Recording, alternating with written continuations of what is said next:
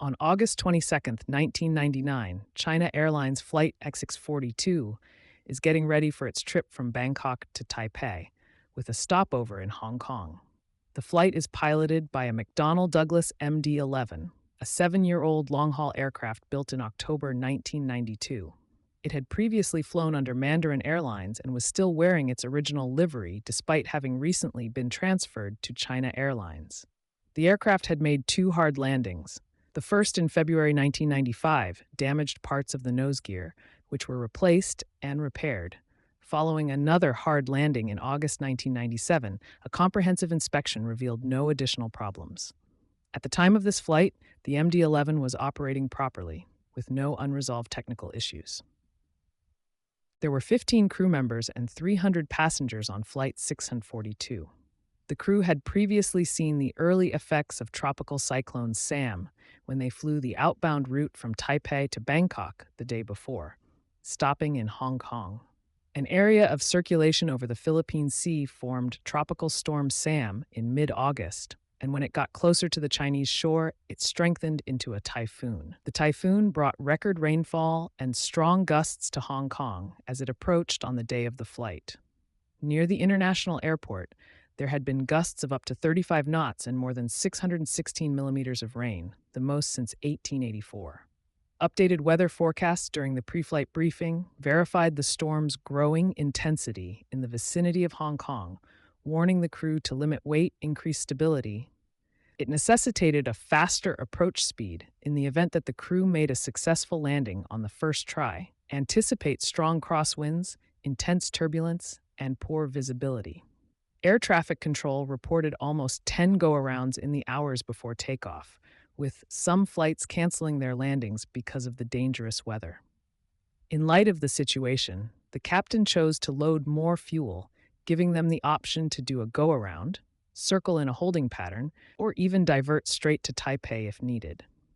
The flight was predicted to land just over 200 kilograms below the aircraft's maximum permitted landing weight with the additional fuel. Although this near anticipates strong crosswinds, intense turbulence, and poor visibility. Air traffic control reported almost 10 go-arounds in the hours before takeoff, with some flights canceling their landings because of the dangerous weather.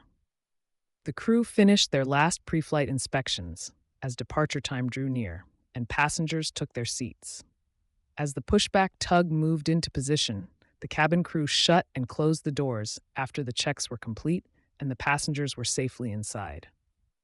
The tug pushed the plane back from the gate once ground control gave the all clear. The captain and first officer conducted last-minute system checks once the engines were started and the pushback was finished. They started to taxi toward the runway, sure that everything was in order. The captain, a 57-year-old Italian national who joined China Airlines in 1997, after flying for a major European airline, was in command. He had around 18,000 flight hours by the time of this mission, including over 3,000 on the MD-11. The plane arrived at the runway after a few minutes of taxiing. The skipper moved the 3 thrust levers forward to takeoff thrust after receiving clearance from air traffic control. The plane lifted off smoothly and started to ascend toward cruising altitude as the engines roared as it sped down the runway. After they leveled off, everything went according to plan. After the cabin crew finished their in-flight service, travelers spent the rest of the journey unwinding. Hours went by, and the situation outside the airport had gotten considerably worse as China Airlines Flight 642 approached Hong Kong. Through the Automatic Terminal Information Service, a constant broadcast that provides the most recent information on weather, active runways, and approach conditions, the crew in the cockpit kept a tight eye on these deteriorating conditions. Pilots were able to remain informed without making direct touch with air traffic control. The NATO phonetic alphabet, such as Alpha or Bravo, is used to identify each update. Significant wind shear, strong turbulence, and poor visibility were among the severe weather warnings mentioned in the program. When there was a lot of rain, surface winds gusted up to 45 knots from 320 degrees at 30 knots. The runway's angle of 250 degrees produced a crosswind component of 26 knots, which was somewhat higher than the airline's wet runway restriction. The skipper did observe that the wind direction was slowly changing, though, and hoped that it would lessen sufficiently to allow for a safe landing. Radar control gave the go-ahead for the aircraft to start descending at 6:14 p.m., some 30 minutes later. Meanwhile, things had somewhat changed, and a fresh broadcast with the name X-ray supplied up-to-date data. It now recorded surface winds of 35 knots from 330 degrees, with a crosswind component of about 25 knots, which is still just above the wet runway restrictions set by the corporation. As the first indications of the tropical storm appeared, Flight 642 started to descend. The crew asked for a course change because the weather was getting worse. They were given a new heading to help them navigate around the storm cell after air traffic control gave their approval. The captain started briefing for an approach to runway 25 left, which the most recent ATIS update had verified was the active runway as they made their way through the turbulence. The first officer cut them off halfway through, claiming they were cleared for runway 25 right. The captain chose not to challenge the first officer's advice, and they proceeded with their preparations as scheduled. Air traffic control guided Flight 642 toward the waypoint Mango as they resumed their descent after the aircraft cleared the worst of the turbulence, despite the runway misunderstanding. Approach control took over the crew at 6:25 p.m. and started radar vectoring them for what they still thought was an ILS approach to runway 25 right. The flight entered more severe weather near Hong Kong as they continued to descend.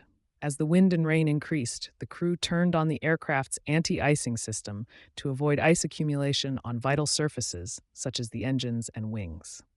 The storm was felt by cabin passengers. Rain pelted the windows, lightning bursts illuminated the surrounding clouds, and the plane trembled in the wind.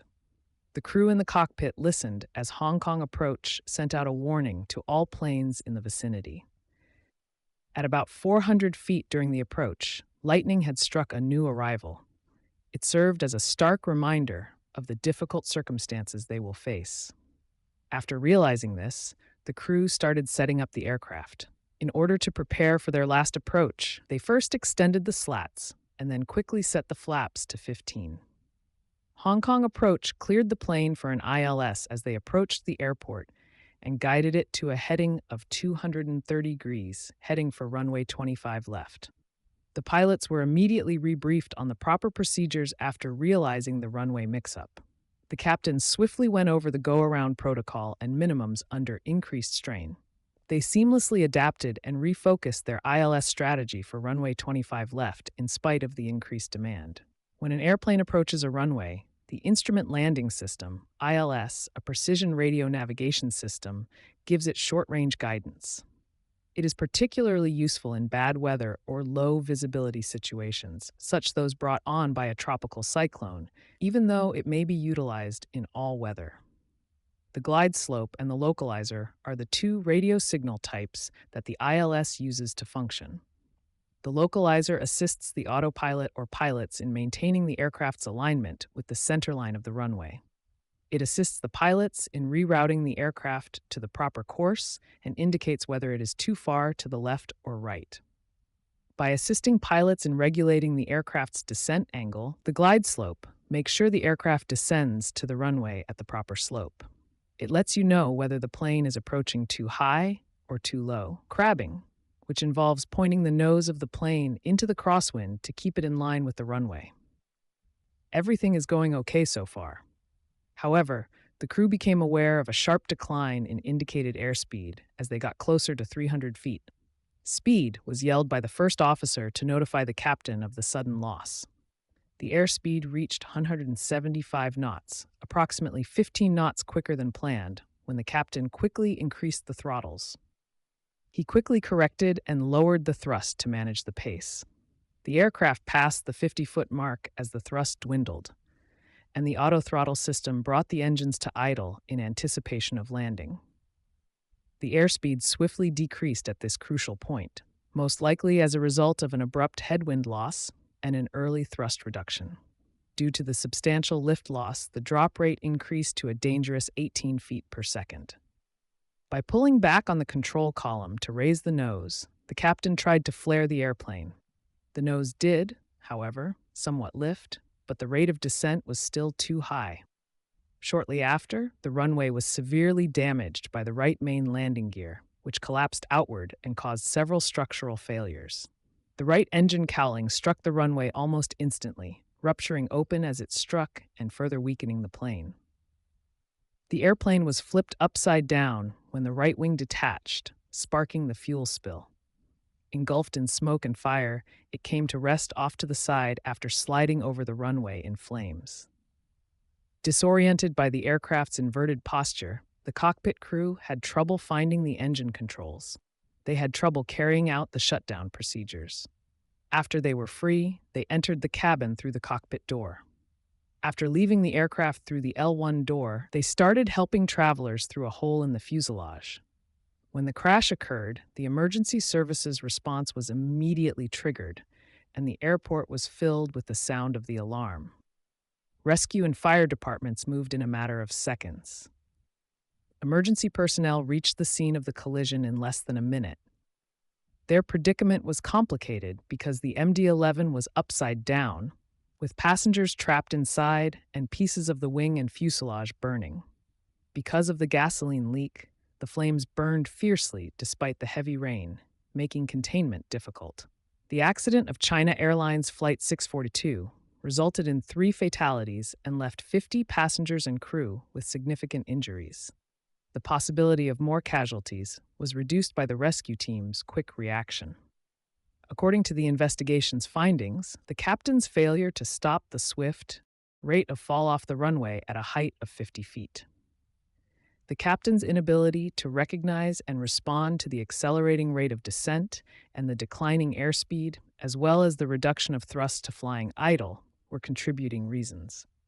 It's possible that variations in wind speed and direction resulted in a momentary loss of headwind, which caused the airspeed to drop precipitously immediately before touchdown.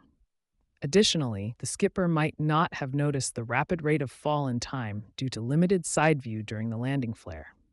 In response, China Airlines updated its SOPs regarding landings during extreme weather. Additionally, the airline improved crew training to better handle high-pressure scenarios and shaky approaches.